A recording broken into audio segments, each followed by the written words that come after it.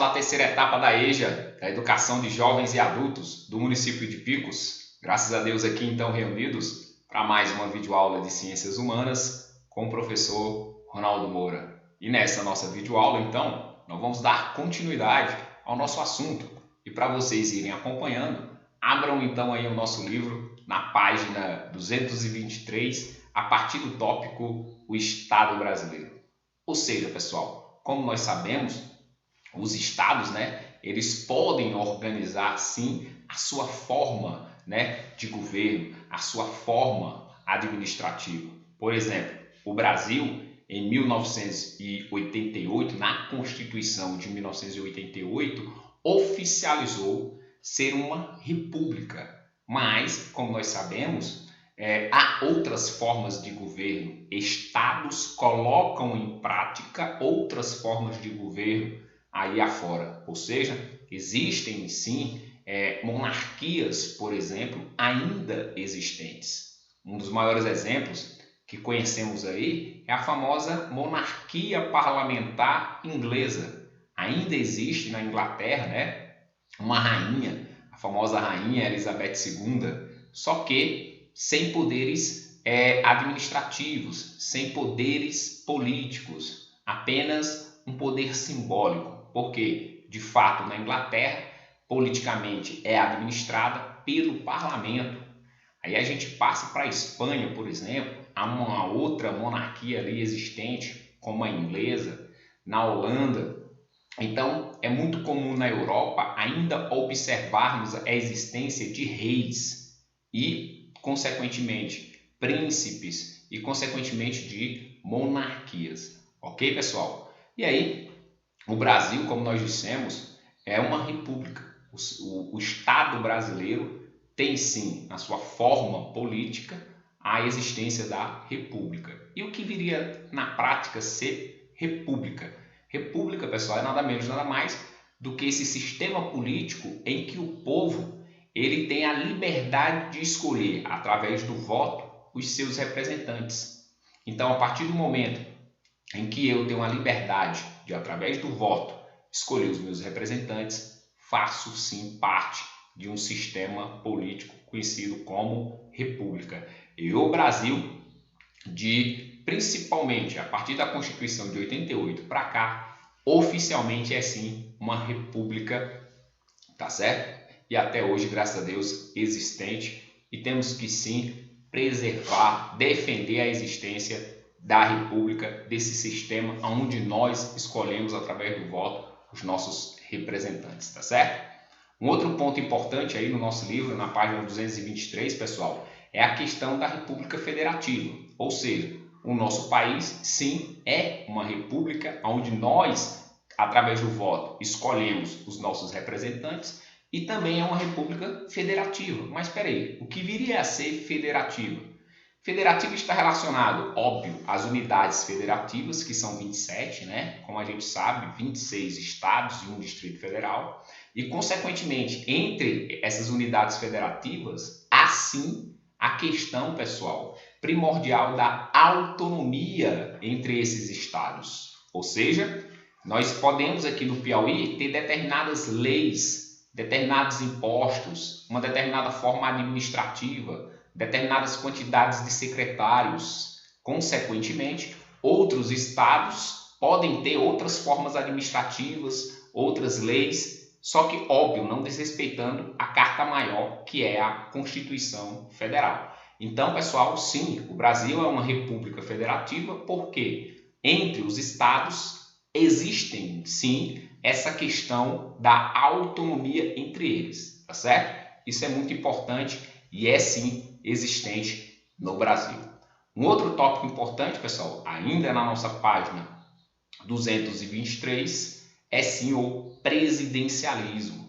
Ou seja, pessoal, nós podemos dizer que, sim, quanto ao sistema de governo, o Brasil é uma república presidencialista, ou seja, nessa república, mais uma vez dizendo para vocês, onde nós, através do voto, escolhemos os nossos representantes, o representante máximo, o líder desse Estado, é sim o presidente, tá certo? Ou seja, o presidente, como tem muito bem aí falado no livro de vocês, é tanto o chefe de Estado, ou seja, líder da nação, como o chefe de governo, ou seja, o maior líder administrativo dessa nação, tá bom?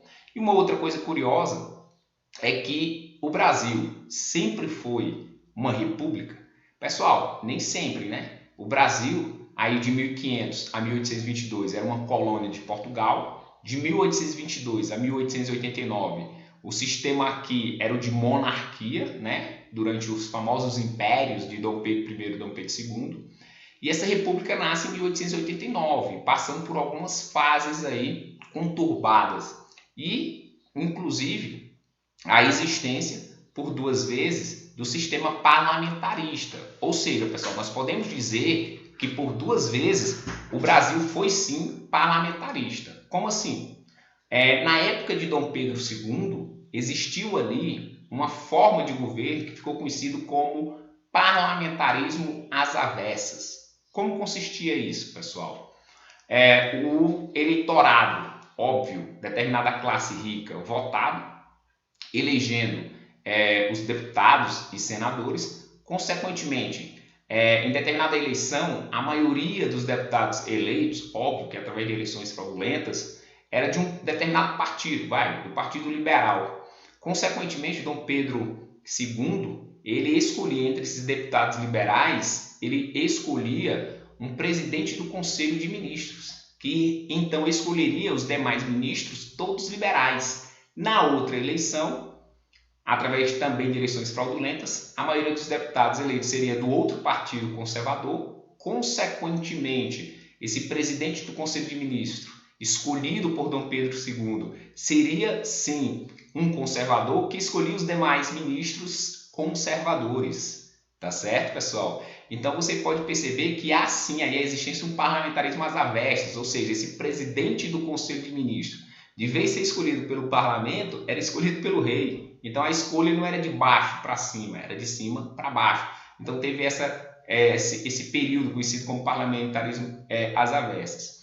Mas também na República, entre 1946 a 1964, teve também uma outra experiência parlamentarista, quando o presidente João Goulart, ele então renunciou após alguns meses de governo da presidência, era para assumir o seu vice, tá certo? Desculpa, pessoal, Jânio Quadros. Quando o Jânio Quadros, ele renunciou logo após alguns meses, era para assumir, aí sim, João Goulart, o seu vice.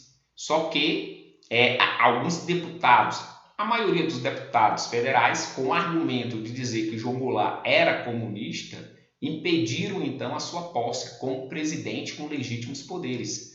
E aí o acordo estabelecido entre o presidente João Goulart e a Câmara dos Deputados era ele assumir como presidente, mas na forma parlamentarista. Ele seria o presidente, mas o total poder estaria na Câmara dos Deputados, através da existência aí de um presidente, de um primeiro-ministro, que seria, no caso, na prática, o presidente da Câmara dos Deputados. E isso se desenvolveu aí durante os finais de 61 até início de 63, tá certo? Então, sim, durante 2 vezes tivemos essa experiência na prática de parlamentarismo. No Império, com Dom Pedro II, parlamentarismo às avessas, e na República tivemos aí essa experiência parlamentar com João Goulart, que era vice até então de Jânio Quadros, ok? E aí, pessoal, o livro de vocês ainda traz esse episódio, Proclamação da República. Sim, a República, que é esse tópico que aí a gente está falando, né? Essa forma de governo onde o povo participa através do voto, da escolha dos seus representantes, é sim, então, pessoal, importantíssimo sabermos. A nossa República ela foi proclamada no dia 15 de novembro de 1889, graças, principalmente, a interesses da elite brasileira, no caso, militares, Igreja Católica e aristocracia rural, ou seja, grandes latifundiários, grandes donos de terras. Esses 3, então, quiseram proclamar, esse foi o fato, isolando Dom Pedro II, tá certo? Então, devido Dom Pedro II, imperador do Brasil, à época, perdeu o apoio dessa elite, dessas 3 classes, então facilitou ali para o dia 15 de novembro demarcar sim a proclamação da República sobre a liderança do militar Marechal Deodoro da Fonseca. Certo, pessoal? Então a gente vai concluindo nossa videoaula por aqui. Fiquem com Deus, bons estudos. Tchau, tchau, pessoal. Valeu!